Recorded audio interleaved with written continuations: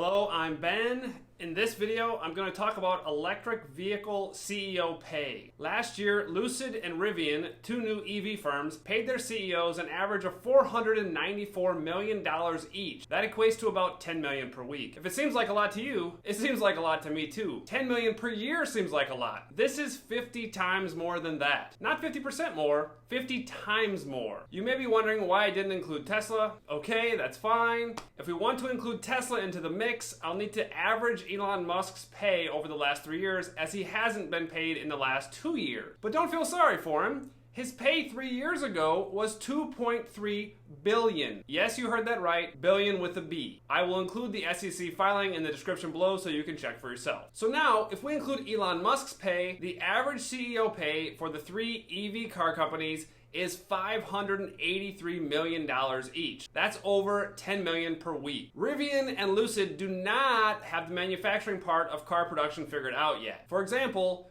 Rivian's manufacturing plant just ran for its first full shift within the last month, even though the company has been making cars for a couple of years. At the beginning of the year, the firm planned to produce 50,000 vehicles in 2022, but in the first 3 months, it only produced 800 per month. It would have needed to produce 5 times that to hit its goal. At the current rate, it will miss the annual goal by 80%, producing only 10,000 vehicles. That's 40,000 short of its goal. For comparison, Ford built 4,000 Lightning trucks in the first month of production, 5 times more than Rivian on a monthly basis. Moving back to CEO pay, what did shareholders get in return for their $10 million per week? In terms of revenues, Lucid and Rivian both had revenues under $60 million in 2021. This is quite small for a firm with a market cap in the tens of billions of dollars. As a comparison, Ford and GM both had revenues greater than $125 billion. What if we consider profits, which shareholders should care more about? As far as profits go, Rivian and Lucid both lost $4.7 billion in 2021. As a comparison, Ford and GM had profits of $18 and $10 billion.